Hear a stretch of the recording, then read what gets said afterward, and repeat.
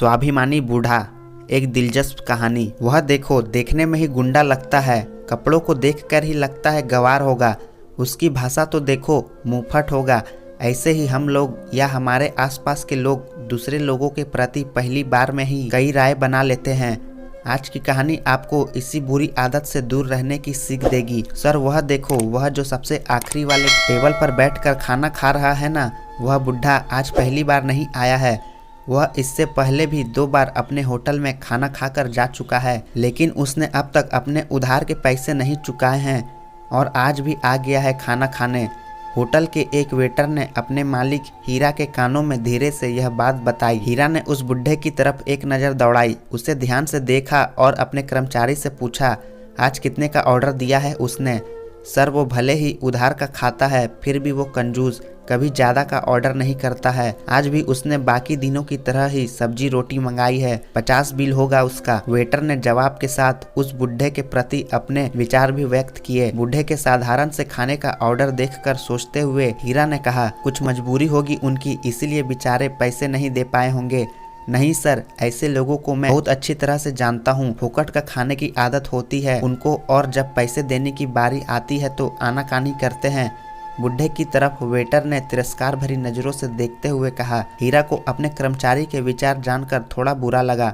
उन्होंने कहा, अच्छा ठीक है, तुम जाओ, मैं देखता हूँ क्या करना है। हीरा ने एक बार फिर उस बुढ़े की तरफ गौर से देखा।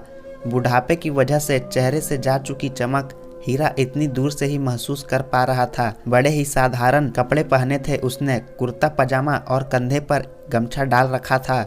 अपना खाना खत्म कर वह बूढ़ा सीधे काउंटर की तरफ हीरा के पास आकर खड़ा हो गया और बोला, साहब कितना बिल हुआ मेरा? पहले का उधार जोड़कर बताइए। हीरा ने उसका पहले और आज का बिल पहले से ही तैयार करके रखा था। बिल उसके हाथ में देते हुए हीरा बोला, 150 रुपये। बिना किसी सवाल के उसने अपने कुर्ते के जेब से 200 की नोट निकाली और हीरा के सामने काउंटर पर रख दी। हीरा ने पैसे उठाते हुए बूढ़े से पूछा, अंकल आप यहीं कहीं पास में रहते हैं क्या?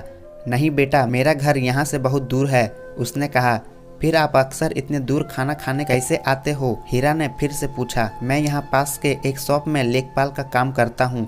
जब जब मैं टिफिन नहीं लाता तब तब खाना खाने तुम्हारे यहाँ आ जाया करता हूँ। अब हमेशा तो जेब में पैसे रहते नहीं हैं, इसीलिए कभी कभी उधार ही खाना खाकर जाता हूँ, लेकिन आज मेरा पगार हुआ है, इसीलिए आज मैं जानबूझकर यहाँ आया हूँ। सोचा खाना भी खा लूंगा और पहले की उधारी भी चुका दूंगा। थोड़ा सा हंसते हुए बुढ़े ने कहा। बुढ़े की उम्र देखकर हीरा अपने आप को एक और सवाल पूछने से रोक नहीं पाया। आपका परिवार नहीं है क्या? बुढ़ा बोला, है ना बेटा, बहू पोता पोती सब है और कई सारे रिश्तेदार भी, लेकिन जब तक मेरे हाथ पांव सलामत है मुझे यह पसंद नहीं कि मैं बिना कुछ किए रोटी खाऊं।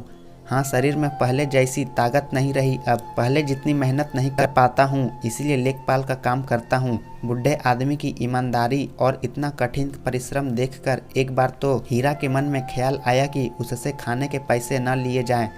लेकिन उसके साथ हुई 2 मिनट की बातचीत में हीरा यह तो जान गया था कि वह बुजुर्ग कितना स्वाभिमानी है। उसके स्वाभिमान को ठेस न पहुँचे यह सोचकर हीरा ने 150 रुपये काट कर 50 का नोट निकालकर उसकी तरफ बढ़ाया। बूढ़े ने होटल में इधर उधर देखा और उसी जो कुछ देर पहले उसकी शिकायत हीरा से कर रहा था, वेटर की तरफ इशारा करते हुए हीरा से बोला, यह 50 की टिप के तौर पर उस वेटर को दे देना, क्योंकि उसने हर बार बहुत प्यार से और अपनेपन से मेरी सेवा की है, मुझे खाना परोसा है।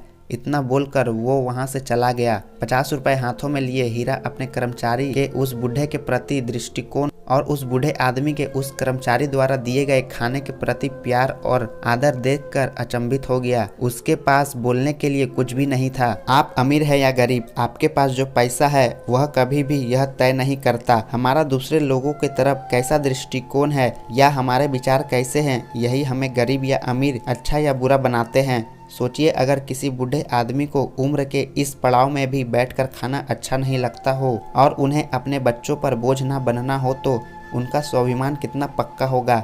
इसीलिए ऐसे लोगों को देखकर उनके खिलाफ कोई राय मत बनाइए, पहले उन लोगों को जानने की कोशिश कीजिए।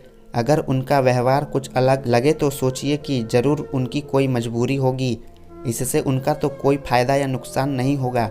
लेकिन हमें और लोगों को हमारे विचारों के बारे में पता चलेगा। इसीलिए किसी के भी प्रति अपनी राय देने से पहले अपने विचारों पर विचार करना जरूरी है।